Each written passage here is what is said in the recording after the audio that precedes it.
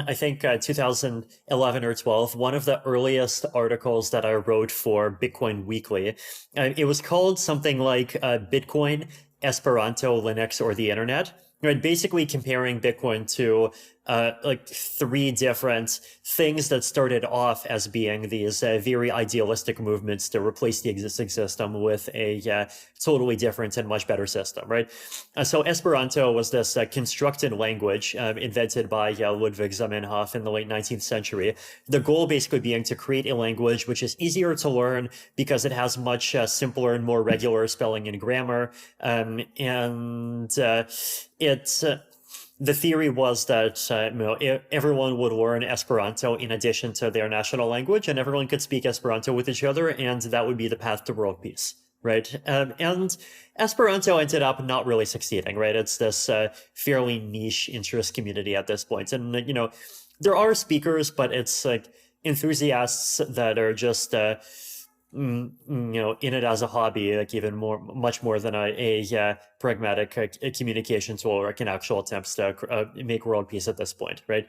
And which is like sad. I personally love I never learned Esperanto super deeply, but it's a really cool language. I think the world probably would have been better if it got much more adopted. What's cool about it, by the way, just to nerd out for just a second, is it a combo of kind of like, I mean, is it some sort of Latin derivative, or this is really based from scratch? They built a new language from the ground up, so it's different. It's Esperanto is interesting. So I have this like combination of very like positive and critical views of it. I think the critical view is basically that it's a language that strove to be universal, but actually ended up being like very European specific. So like for example, the way that you make a plural in Esperanto is you add a J, and a J is pronounced Y, right? So kind of like how in Eastern European languages or in German, right? So if you want to say if you want to, I think try and think of like good examples for nouns in Esperanto. This is like, I think homo is like a person, and homoi is people. Let me just check that quickly. And then you have like the n, which is the accusative case, right? The accusative case is like the same, like how in English you like, if you're doing something, you say I am doing something. If someone's doing something to you, you say someone's doing something to me. So I is the nominative and me is the accusative. So a lot of European languages have that for nouns and as well as pronouns, and Esperanto has that for nouns as well.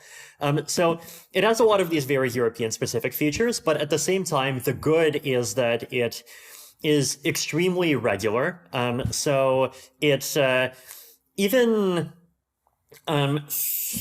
things like, so like English, for example, right? Like you have words like who, what, where, when, why. And then you have like, well, that, because, therefore, at that time, right? And so, or if you want like the negative, then you have no one, never, for no reason, right? And like you have this kind of 2x2 table that's really complicated. In Esperanto, it's like it's an incredibly clean system where like I think it's the first half of the word is like, do you mean which? Do you mean that? Do you mean no one? And then the second half of the word is like, are you referring to a person? Are you referring to a time? Are you referring to a place?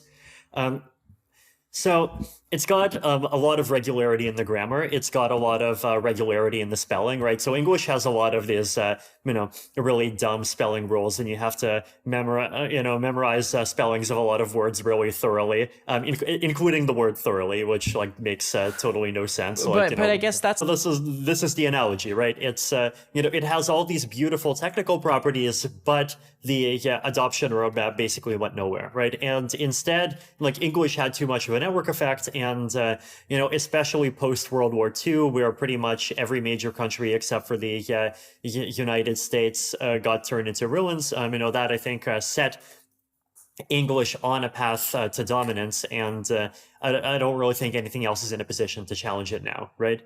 So that's Esperanto. Now, Linux is an interesting middle case, right? So Linux is interesting because it's kind of succeeded and it kind of has not succeeded, right? So Linux is this open source operating system. So it's an alternative to things like Mac and Windows. So I'm speaking right now through a computer that is running a Linux distribution. But Linux has had this interesting mixture of success and failure. So Linux on the desktop is mostly a failure. So it is a product that is continuing to be developed, and it is very usable, and I use it and I think it's great, but it just doesn't quite appeal to the majority of people, right? But on the other hand, Linux has become this really important like back-end thing. So Android, for example, which a lot of phones use, runs on the Linux kernel. A huge portion of all the servers run on Linux. A huge portion of developers, like including people who write the Ethereum codebase, not all, but it's a very significant portion, they run Linux on their computers because Linux is just very developer friendly, right?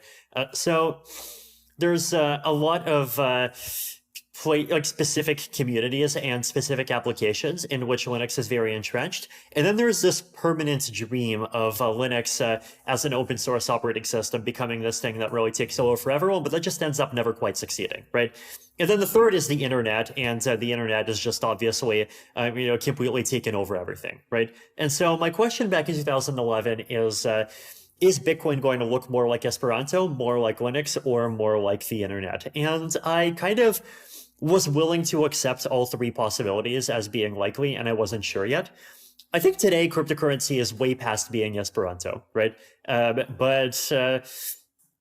The question is like, how Linuxy is it going to be, or how internety is it going to be?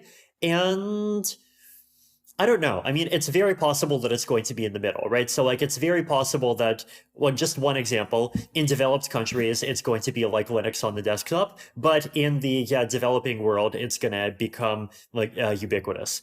It's very possible that that in both worlds, it's going to be something that's organized or concentrated around a few particular industries where, like, say, reversibility of credit card transactions and other things just like totally makes no sense, and cryptocurrency is the best thing that works. It might just be something that people have as a store of value without really using day to day, and when a big crisis comes, it just becomes suddenly really important for people and people appreciate it, right? Or it's possible that the next basically all of the infrastructure of the next wave of technology is going to be built around Linux. Built around cryptocurrency, right? Hopefully cryptocurrency and Linux. When is it going to be? I don't know. And I mean, I am a definite optimist on this. I think which one it's going to turn out to be depends crucially on how hard we try. And Ethereum space to recognize that they have agency and exercise it, because I think if good people act passive, then the things that take over just are going to be, the drama queens of the world, right? And like, I think we as people trying to build actually meaningful things, have a responsibility to work hard to drown out the drama queens. And that's a challenge. And I think sometimes we do worse, sometimes we do better, but, we got to try.